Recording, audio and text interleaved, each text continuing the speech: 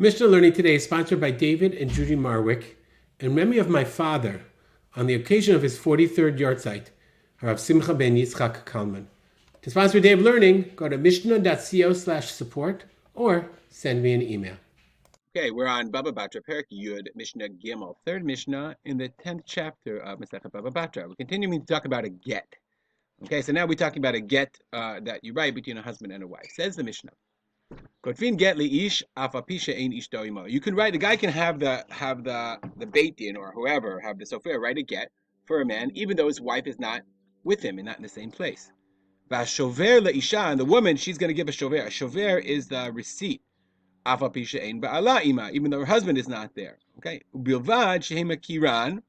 Okay, as long as the sofer recognizes them, so they're not trying to. He's not trying to write a get for the wrong person. I mean, the get has to be written. It's a sofer and the beit din. They have to recognize them.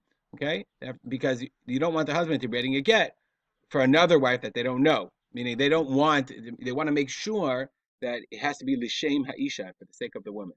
And the husband has to pay for the sofer. Why does the husband have to pay? We'll see in a second. I mean, why can you write a get even though his wife is not with him? Okay, you can even sign the get. But who you garesh matayshir, say he gives the get, he can divorce her whenever he wants. Even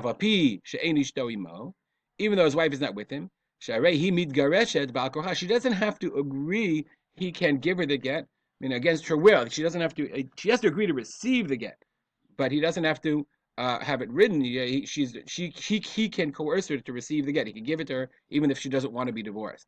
What is this receipt?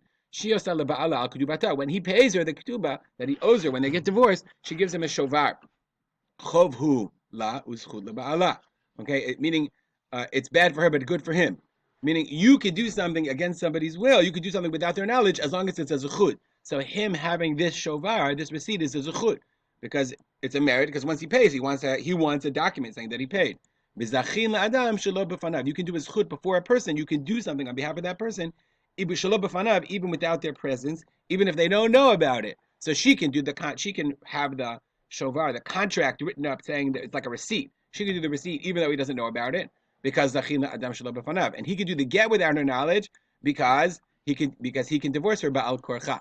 It is not equal.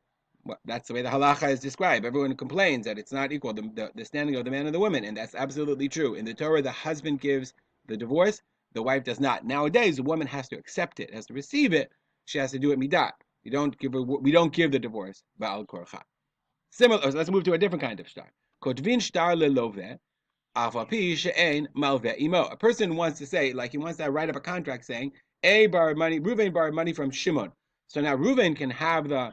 Oh, I'm sorry. I skipped. The husband has to pay. For the get. Has to pay for the beit din. Has to pay the sofer, the scribe. He was really the lawyer. Why does the husband have to pay the lawyer? The Kahati explains he has to pay the lawyer because it says katabla, the husband has to pay. He has to write it. So he has to pay from his money. And why does the sofer have to recognize them? She has sofer ve'edim mikirina ish va'isha. They recognize them. She'im eino makiran, because if he doesn't know who they are, shama yichtov gad Hashem ishit ish acher. Maybe they're writing for somebody else. Kishmo kishmo. Meaning maybe my friend, Yaakov Klein wants to divorce his wife Rachel, and we have the same names, and I'm saving him money, etc. And you can't do that. It's not lishma. Okay, let's go back to the next shtar. Kotvin shtar leloveh. You can write a contract on behalf of the borrower, right? Reuven's borrowing from Shimon, so Reuven can have the shtar written up. Avapi she'ein malveh imo, even though the lender is not there. Okay, why? Because Reuven is holding on to the contract. If that contract falls out of his hands into Shimon's hands, Reuven's going to be in trouble unless he actually borrowed the money. So remember, he's writing it against him, and it's a zchut for the malveh, for the lender. So you're allowed to do that even though the malveh is not there. And you don't write it. The lender. Let's say Shimon is lending to Reuven, so you don't write Shimon saying, "Guys, write up a contract that I lent $100,000 to Reuven." Yeah, and we'll have the Adim sign it. You can't do that until the borrower is with him, for obvious reasons. Because the loveh is the one who's going to owe the money, so the loveh has to be the one to agree in the beit din. And the loveh pays for the contract. Why does loveh pay for the contract? Okay, mekabel ha'iska, the person receiving the business transaction, who anoten kol hasachar lesofer, he's the one he's the one that has to pay the money for the sofer.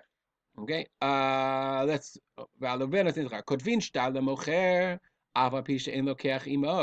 You sell. You can write a star. Let's say a person is selling his house. Again, who's the person who is benefiting?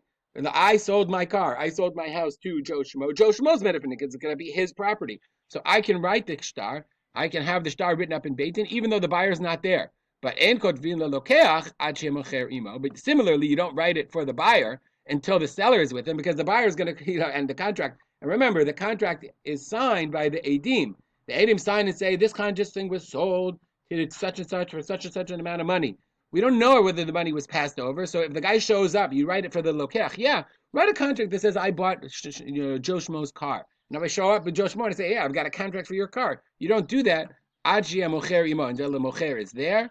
And the person always, and the person who the buyer pays for the contract, as we said, because the person who is benefiting from the person who's the receiver of the business transaction, mekabel ha'isqa, he's the one that pays for the contract. All right, we'll stop here and dedicate our learning to the memory of my father, Harav Simcha ben Yitzchak Kalman. Have a good day.